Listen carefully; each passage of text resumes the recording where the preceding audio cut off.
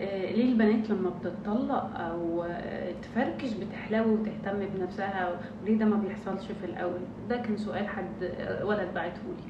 على فكره مش البنات بس، حتى الولاد، في ناس ما بتحبش تبان ضعيفه، في ناس ما بتحبش تبان انها انكسرت، في ناس ما بتحبش تبان ان هي عيانه مثلا، لازم في الوقت ده تبقى تحط ميك اب، تلبس حلو قوي، تبقى شيك قوي، تضحك، تبان، تصور وهي ممكن تكون بتموت الناحيه التانية.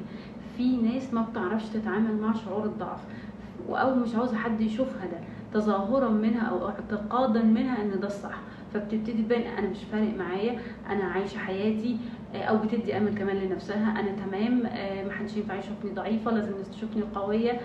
فبيبتدي يعمل رد فعل عكسي للحاله الشعوريه اللي عندها. فانت سبتني، مش انا هنتقم منك احلو، لا، انا عاوزه اشوف نفسي حلوه، انت رفضتني فانا اكيد انا وحشه او في حاجه غلط، فانا بثبت لنفسي اني حلوه، وبثبت لنفسي اني اتشاف، وبثبت لنفسي اني لسه مرغوبه، فعشان كده ده بيحصل. على فكره الرجاله بتعمل نفس يعني القصه يعني، بس بشكل اخر، يعني تشتغل اكتر، تجيب فلوس اكتر، تكبر في شغلها اكتر، وهكذا.